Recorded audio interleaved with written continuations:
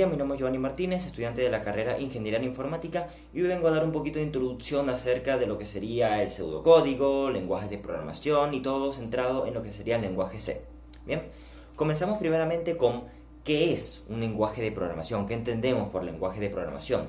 Esto en pocas palabras vendría siendo como un medio de comunicación que tenemos de una persona y un ordenador con el cual podemos, a través de una serie de algoritmos, procesos y estructuras, y por supuesto, como todo lenguaje tiene sus reglas de sintaxis, de semántica, a través de este lenguaje podemos crear programas informáticos, como algunos que ya conocemos, como pueden ser el propio sistema operativo Windows, los navegadores como Chrome o los antivirus. Todos estos fueron creados gracias a lenguajes de programación, ¿vale? En los lenguajes de programación, estos se dividen por dos niveles, los que serían de alto nivel y los de bajo nivel.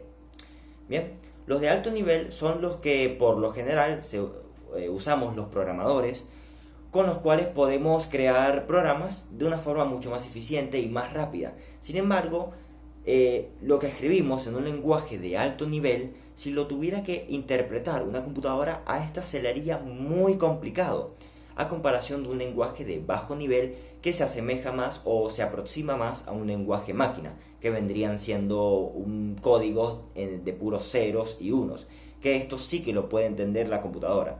Ahora, ¿cómo es que un programador, haciendo un código con un lenguaje de alto nivel, con programas como C++, el Python o JavaScript, puede hacer que ese código lo pueda interpretar una computadora?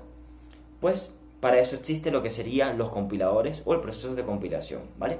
Y para cerrar esta parte, algunos ejemplos de lenguaje de bajo nivel vendrían siendo el lenguaje C o el lenguaje ensamblador.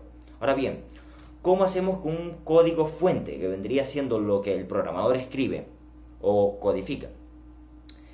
¿Cómo hace que este código fuente se transforme a un código máquina? Bueno, esto lo hace a través de un compilador, que incluso los programas que ya mencioné anteriormente, algunos de ellos ya tienen un compilador como tal integrado, ¿vale?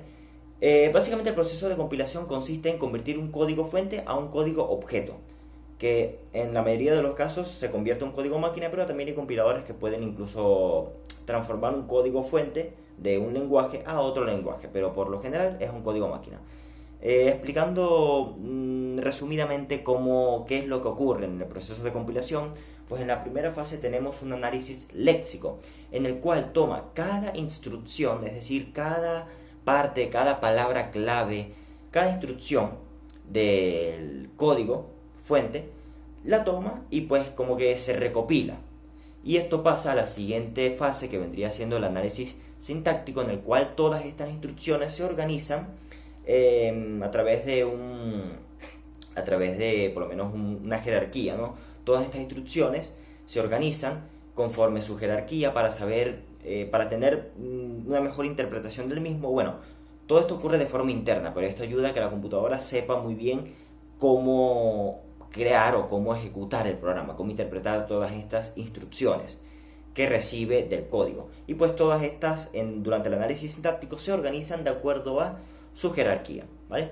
Luego viene lo que sería el análisis semántico, que si bien esto suele ocurrir más que todo cuando ya el programa está creado. En cuanto al sintáctico, si hay un error en la sintaxis del código, este en un primer lugar no funcionaría. Es decir, nunca llegaría a crearse un programa porque habría un error en la sintaxis. Hay que tener en cuenta que cada palabra clave de un código pues se va a transformar a un código objeto, algo que la computadora podría entender, pero si la palabra clave está mal escrita, entonces eso no se podría traducir. Entonces, pero en el análisis semántico, aquí, a pesar de que hayan errores, el programa sí que podría llegar a crearse, pero habría que comprobar si los resultados que arroja son los correctos, ¿no? Como por lo menos aquí en la imagen que coloqué, 1 más 1 no es 3. Entonces eso se tendría que corregir para que el resultado sea el correcto, que sería 1 más 1 igual 2, ¿vale? Esto sería un análisis semántico. Esto normalmente se suele hacer de forma manual una vez el código ya está creado, y esto lo hace el programador. Bien, luego en la siguiente fase vendría siendo una generación de código intermedio, en el cual, pues bueno, ya el código fuente se está transformando al código objeto, y pues este código intermedio se estaría preparando para ser traducido por completo y para que se optimice, que vendría siendo la siguiente fase del proceso de compilación, que vendría siendo la optimización, donde el mismo código, como programadores escribimos muchas líneas de código. Si la computadora tuviera que interpretar todas esas sería muy pesado, la verdad. Pero los mismos compiladores se encargan de optimizarlo, a lo mejor reduciendo alguna que otras líneas, y en vez de que sean por lo menos 2 líneas de código sea una sola, o simplemente lo optimiza y hace que el programa sea menos pesado y que a la computadora no le cueste tanto interpretar las líneas de código. Bien, y ya finalmente se genera lo que sería el código objeto. Ya esto es cuando el código fuente se ha traducido por completo a lo que queríamos, que, como mencioné anteriormente, generalmente se transforma en un código máquina, ¿vale? Y este código objeto se guarda en lo que sería un ejecutable, es decir, el propio programa como tal. Ya a partir de ahí, ya por lo menos un usuario no vería el código, sino que vería la interfaz, lo que se ha producido, el programa informático. Y ese programa informático contiene todas las instrucciones que en su momento escribió el programador, ¿vale? Y todas estas instrucciones se almacenan en un ejecutable, ¿vale? Hay que tener en cuenta que en cada una de estas fases siempre los compiladores van a estar en busca de errores, tanto de sintaxis como de semántica, que de eso se encarga el programador. Así que en cada una de estas fases, algunos compiladores siempre te van a estar dando advertencias sobre si tienes algún error tanto de sintaxis como de semántica. Bien, pasamos al siguiente punto, y como mencioné anteriormente, cada lenguaje tiene su sintaxis y su semántica. En este caso, centrándonos en el lenguaje C, voy a mencionar algunas partes de la sintaxis, ya que si tuviera que mencionarlo todo, pues sería muy extenso, ¿no? Entonces, por mencionar algunas partes, tendríamos en la primera parte, en todo lenguaje C, requiere de librerías, que esto vendría definiendo el entorno del código, con qué funciones vamos a trabajar, y pues vendría siendo eso. Y todo comienza con un numeral, se coloca la palabra clave include, y entre signos de mayor y menor se coloca la librería, que es la que contiene todas las funciones que se usarán a lo largo del código, ¿vale? Luego se declaran las funciones. En este caso, esta función, que vendría siendo la función principal, es de tipo int, es decir, de tipo entero, y nada más al inicio de la función se declaran las variables, si son de tipo carácter, de tipo entero, también hay de otros tipos, como flotante, de tipo doble, o incluso hay algunas que a lo mejor podrían ser de tipo, esto más que todo se usa en las funciones, de tipo void, es decir, que no retorna nada, ¿vale? Luego tendríamos los comentarios, que esto no influye en el código como tal, esto es más que todo para los que trabajen en el código y sepan un poco la lógica que hay detrás de él. Estos son simplemente comentarios. Y luego tenemos los comandos, que se encuentran en la librería, ¿vale? Los comandos como printf, que esto sirve para mostrar algo en pantalla, el scanf, que requiere de un porcentaje, y la letra, que representa al tipo de dato que va a leer del usuario, y este símbolo, que vendría significando la dirección de, es decir, lo que escriba el usuario, en qué dirección se va a guardar. En este caso, por lo menos en esta línea, es de tipo carácter, o de tipo cadena más bien dicho, y esta se va a guardar, lo que escribe el usuario se va a guardar en la variable de nombre, ¿vale? Y ya finalmente vendría siendo, para cerrar, la función principal, el return, que esto es lo que retorna la función, que en este caso, en este pequeño código, sería el final del pequeño programa, ¿vale? Pasando al siguiente punto, tenemos de pseudocódigo a lenguaje. El pseudocódigo no es más que una forma de representar lo que sería la programación como tal. Vimos un pequeño ejemplo de lo que sería la sintaxis del lenguaje C, pero esto lo explico yo porque más o menos entiendo un poco el lenguaje C, pero para aquel que no entienda mucho de programación, para eso está el pseudocódigo, que es como una representación de los lenguajes de programación, pero lo más parecido posible a nuestro lenguaje natural, ¿no? En este caso el español. Y bueno, aquí tengo un ejemplo de un mismo programa, pero en dos lenguajes. Este es pseudocódigo y este vendría siendo el lenguaje C, ¿no? Este es un programa que suma dos números enteros. Alguien que no sepa mucho de programación, con ver el pseudocódigo ya se podría dar una pequeña idea de qué se trata este programa. aquí puede leer que se define num1, num2, resultado, como entero. Define todos esos nombres como algo entero, ¿vale? Escribir, ingresa el primer número, esto significa que se va a mostrar en pantalla, y luego lee el num1, que vendría siendo lo que vaya a escribir el usuario, pues el programa va a leer y se va a guardar aquí, ¿vale? Esto sería en pseudocódigo. Lo mismo ocurre del otro lado en lenguaje C, pero ya con sus palabras clave. Las palabras azules vendrían siendo esas palabras clave que se encuentran en los demás lenguajes. El pseudocódigo sirve para comprender un poco la lógica de los mismos. En la siguiente diapositiva podemos ver una tabla en la cual se ve que en psaint, que vendría siendo el pseudocódigo, escribir en lenguaje C es printf, entero en lenguaje C se conoce como int, leer en lenguaje C sería como scanf, si no en lenguaje C sería if, else, que esto ya vendrían siendo condicionales, cadena vendría siendo char, y bueno, también hay muchas otras palabras clave.